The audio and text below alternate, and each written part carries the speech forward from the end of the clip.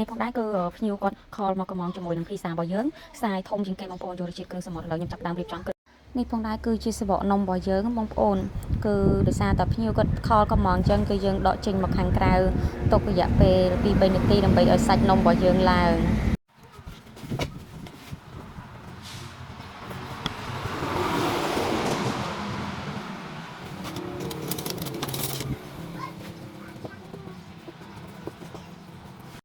ហើយគ្រឿងដែលយើងដាក់លើសាច់នំគឺយើងត្រូវវាឲ្យសព្វមួយសាច់នំដើម្បីឲ្យសាច់នំរបស់យើងខាំជាប់ជាមួយនឹងគ្រឿងបាតខាងក្រោមហើយពេលដែលញ៉ាំទៅគឺសាច់នំរបស់យើងឆ្ងាញ់មែនទែនបងប្អូនដោយសារតែមានជាតិបាតត្រប់ខាងក្រោមហើយផ្សេងអញ្ចឹងណាចាឥឡូវគឺរួចរាល់ហើយយើងចាប់ដើមលាយជាមួយនឹងប្រហិតជាមួយនឹងអីតាមនឹង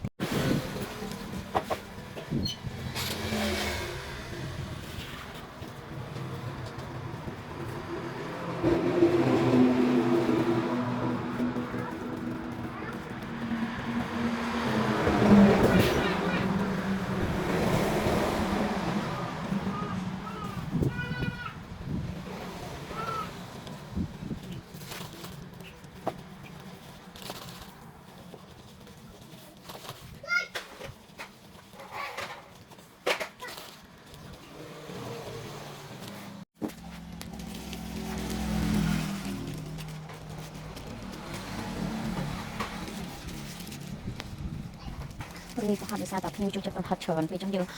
ត្រូវតែដាក់ប្រហិតទៅច្រើនហើយសាយនេះដែរគឺសាយធំបងប្អូនបងប្អូនគ្នាពេលអញ្ចឹងគឺរសជាតិបែបពិសេសហ្មងហ្នឹងហើយរសជាតិពិសេសយើងយកគ្រឿងសមុទ្រអញ្ចឹងបងប្អូនសម្រាប់ទីតាំងកន្លែងលក់ភីសារបស់យើងនេះវិញបងប្អូនគឺនៅនៅក្នុងខេត្តបច្ចេក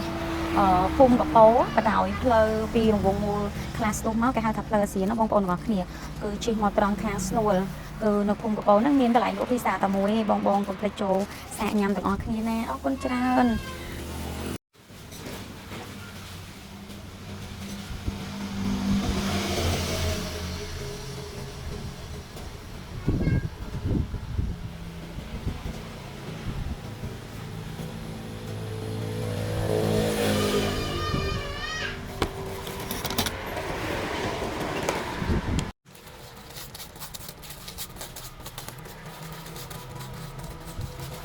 ដល់វគ្គដាក់ឈីបើនិយាយពីឈីវិញគឺខាងយើងអត់ដែល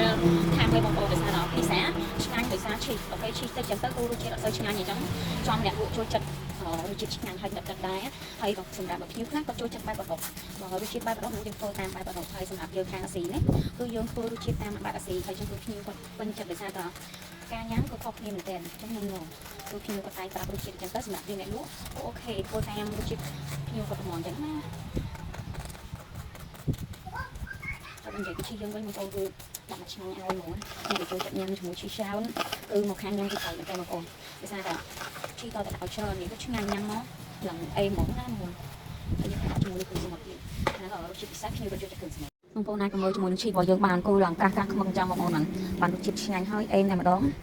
ទាំងភ្ញៀវទាំងអតិថិជនជាពិសេសទាំងអ្នកលក់ហ្មងឲ្យតែភីសាដាក់ឈីឲ្យច្រើនហើយមានគ្រឿងច្រើនអញ្ចឹងគឺដាក់បែបអត់ខាំគ្រឿងនិយាយពីរសជាតិគឺឆ្ងាញ់មែនតើហើយនេះផងដែរគឺប្រភេទគ្រឿងសមុទ្ររបស់យើងបងប្អូនគឺសិតគ្រឿងសិតតែរបស់ថ្មីហើយគ្រឿងសមុទ្រស្រស់ៗល្អមែនទែនបងប្អូនបកាគាត់យករសជាតិបកាមានរសជាតិបការសជាតិមកនេះទៅ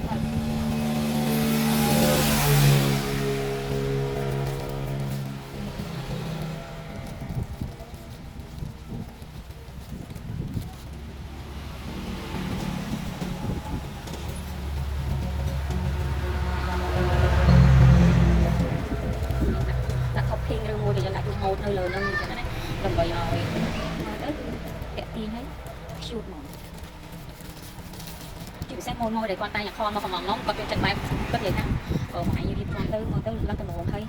ការរៀបចំលើនំទៅតំណងទៅតាក់ទាញទាំងគេទាំងខ្ញុំមើលទៅតាក់ទាញរៀបឡើង cute ចឹងញ៉ាំក៏មានអារម្មណ៍ថាឆ្ងាញ់ដែរ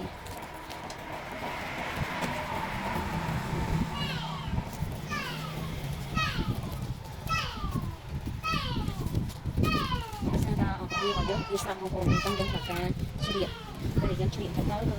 ឆ្អិនល្អហើយរសជាតិឆ្ងាញ់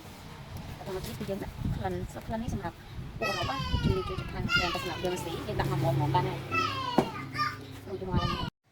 គឺនំរសជាតិគ្រឿងសមុទ្ររបស់យើងរួចរាល់ហើយបងប្អូនចាឥឡូវយើងចាប់ដើមដាក់ចំអិនរយៈពេល7នាទីសម្រាប់នំធំចេះកំងនំមិញហ៎ចាំបន្តិចឆ្អិនឡើយ hơi nha con chào không ចា